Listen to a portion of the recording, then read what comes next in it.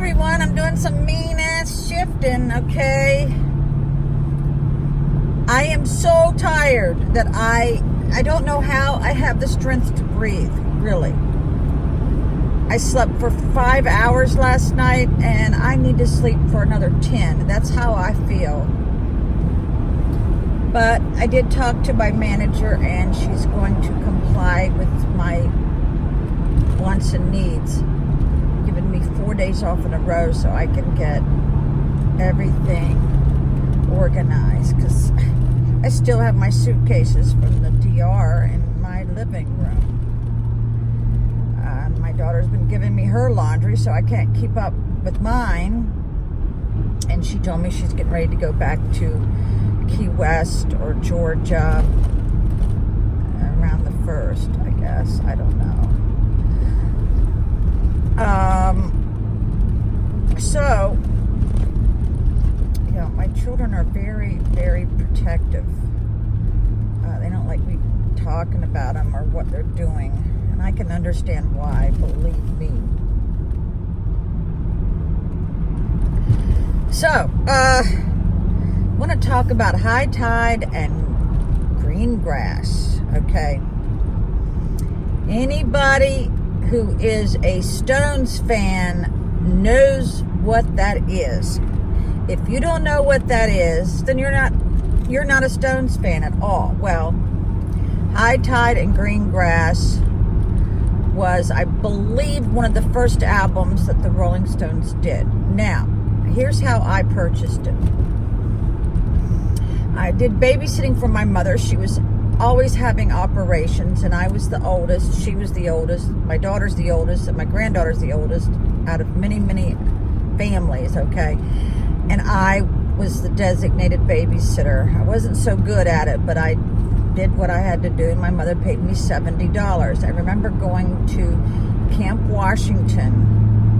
I guess it was a Super Giant or something like that in Fairfax, and the first album I ever bought was High Tides and Green Grass, okay? It had Satisfaction, Get Off My Cloud on it, and I played that record, I know, 100,000 times. And then my sister and I, we had no heat. My father took a garage and finished off the inside, but didn't bring us any heat or anything, so we each had to have electric heaters. And I remember not thinking one day and laying that album up against the heater, and it kind of melted, but I still kept the record. I kept all of my records from the Columbia Record Club, okay? And in my divorce, of course, I didn't get them. You know, divorce can be a very evil, evil thing when someone doesn't even give you your own records or your own dogs, you know. Even though my name's plastered on there and I bought them when I was 16. Well, that's another story. So, when I was in high school, all the girls was all crazy about the Beatles. Well, I was never a Beatles girl. I have never bought a Beatles song, and I never will. I've always been a Rolling Stones. I have bought every one of their 8 tracks. That's how old I am. I bought every one of their 8 tracks. Then I went and bought all of their cassettes.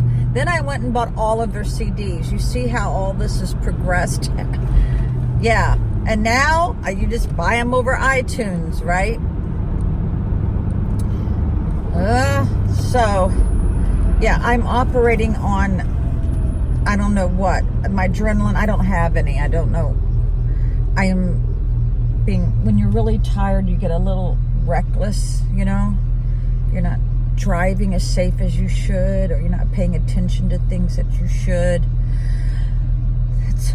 Oh my God. You see? Yeah, I'm really tired. Guess y'all tired of hearing that. But everybody liked my haircut yesterday. I kept it and just kind of revamped it a little bit.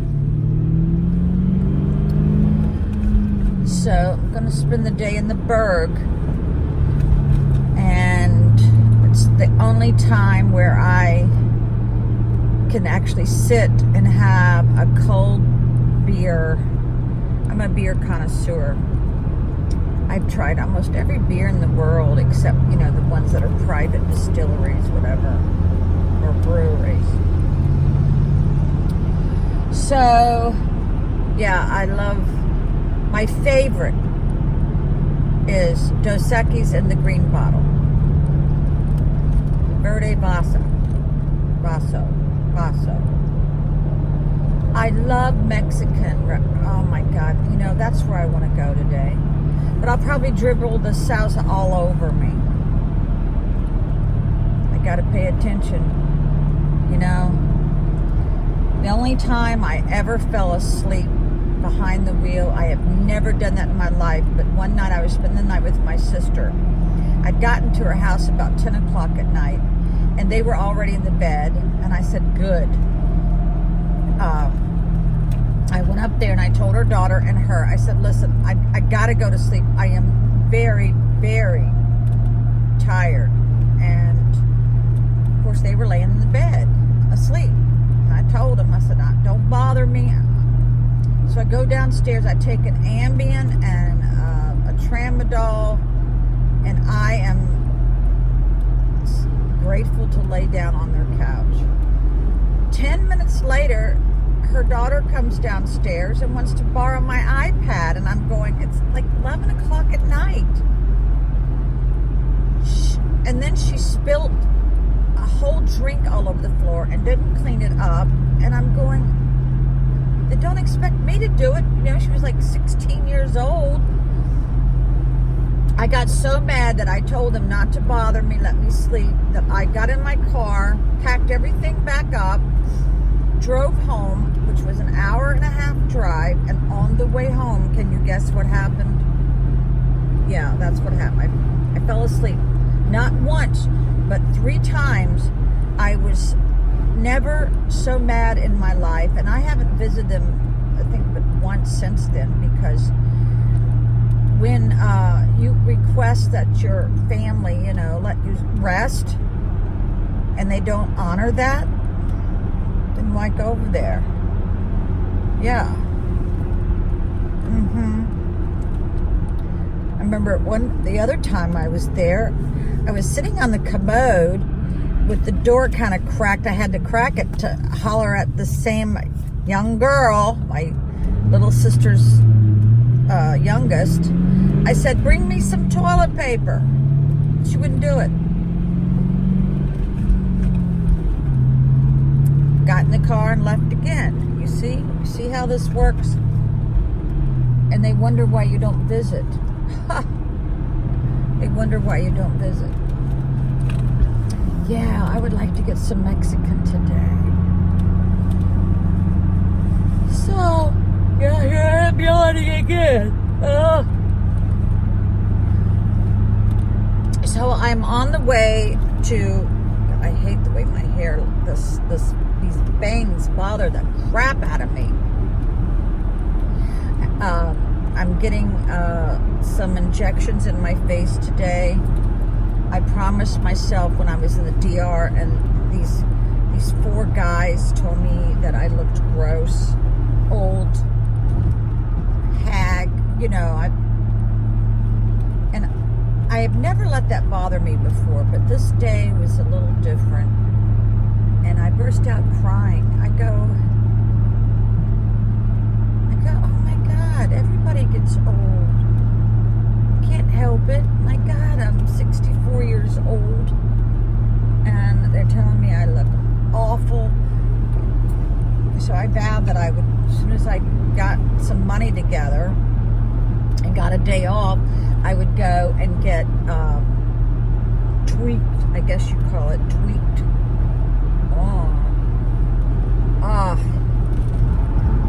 Now I'm very hungry. So it's my girlfriend that I've had since 7th grade. It's her birthday coming up. It's the same, like one day from my mom's. And that's around April 24th or 23rd. this is something I always admired about my mother. I admired a lot of things, but this is like one of the number one, is that when her children were fighting, you know, the siblings over stupid stuff, she always found a way to keep us talking. She would make up stuff. I remember I wasn't really talking to my brother at one time. I don't know why. It's stupid stuff. So she called my brother and told him that I was dying from a tumor. Now, I did have a tumor, but I wasn't dying. It was just a fibroid tumor. And my brother started talking to me. I guess he was worried about me. So, yeah, my mother was always doing stuff like that. Whatever it took to keep the family together, that's what she did. So, yeah, oh my God. I need a huge cup of coffee. So, I think my subscribers, the ones that I do have, are pretty loyal. I don't get the views that some of these other YouTubers get, because I guess it's because of my age, or maybe, I don't know. I don't have all that fancy, you know, how when you're looking at YouTube videos and they have all that crazy script on the thumbnail and all that. I don't have the time, because I actually have to hold down a real job. I thought I could learn a lot of this stuff when I was away for 22 days, but the internet was not working where I was, and I didn't even hardly have time to even upload the videos that I did upload, and I had to walk into town and spend a little bit of money to sit in the restaurant, you know. So I am so glad I did get my pedicure just before I got on the plane to come home. That pedicure was the best I've ever had. It was only 500 pesos, and she spent 2 hours on my feet. And yesterday when the lady who cut my hair, name was Andrea, she had magic fingers. I told her, I said, oh my God. I mean, my headache just melted away. So I'm about 8 miles outside of Fredericksburg, Virginia. If you've never been there, you should go, because if you're a Civil War buff, definitely put Fredericksburg, Virginia on your list. And I remember when I lived in White Oak, there was a White Oak Civil War museum that was just, I think, independently owned. I don't know if it's still there, but anybody in White Oak can tell you, the White Oak area. There's a couple 7-Elevens there. Oh my God. The screws in my back are digging into me. There is one of my customers who come into where I work. I call her a customer. She's actually a patient. She's totally bent over. Totally. Oh, this guy in a Charger. Or is it a Challenger? I know one has 4 doors, one has 2. Whatever. He says he's got a Hemi engine in his car, and he wanted to race me. He says, hey, I got a Hemi. That's going to beat that Cobra. And you know what I told him? I said, honey, it ain't all about the engine. It's also about the driver. Well, we'll see about that, right? I don't like men beating me at anything, because, honey, I'll do whatever it takes to beat them. All my life I was told I'm not as good as a guy, you know. Well, that they can do that or they can do this. Let me tell you, everything I've ever tried in my life, I've always done better than the guys. Maybe that's why a lot of them hate me. I don't know. I don't care. It's a tough world out there for us girls. Very tough. If you don't think it's tough, it's because you haven't been discriminated against or harassed. Yeah. Wait till you get into a male-dominated field. I actually sued the sheriff and won. There's a consent decree still to this day in the county where I worked at because I proved that I had more qualifications for a deputy sheriff than the people they were hiring, and I won my case. In fact, it was so ironclad the Federal Justice Department took it, and the sheriff actually made a comment in the Richmond Times-Dispatch saying that women will never work the road because he said the blacks were too dangerous. And that's what he told me personally, but he actually put it in the paper, quoted, saying he will never hire women for the road because it's too dangerous. Okay. Now this was a little bit before women's lib, but you just can't make blatant statements like that. And my case was probably one of the very first, and I should have sued for money, but I didn't sue. Boy, I could have used it though. So I should have washed my bangs. I can't even believe I even got up at 6:30 this morning. That's not in my DNA to get up like that. So my main manager came back. She said she was in Sarasota. Well, I thought she said Saratoga, and I was telling her how beautiful Saratoga, New York is. I ranting on and on and on about Saratoga, New York. She goes, no, I was in Sarasota, Florida.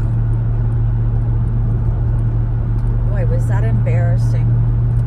Well, she said Sarasota was beautiful too. I've never been there. I'm not even sure where Sarasota's at.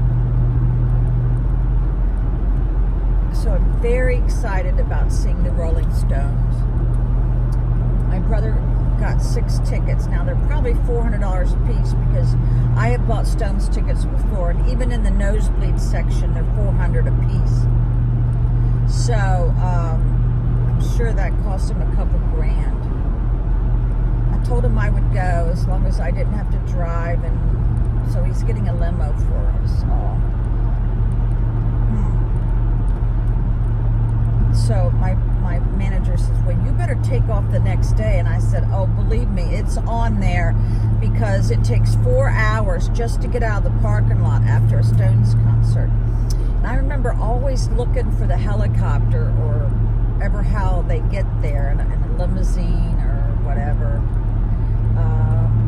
I'm sure they throw them in a car and get them out of there before everybody gets to their car, if you know what I mean. Because if not, they'd have to spend the night there at the stadium. Well, this is probably the longest vlog I've ever done, is 18 minutes. Yeah. Excuse me for yawning. Oh my God. All right. Bye-bye.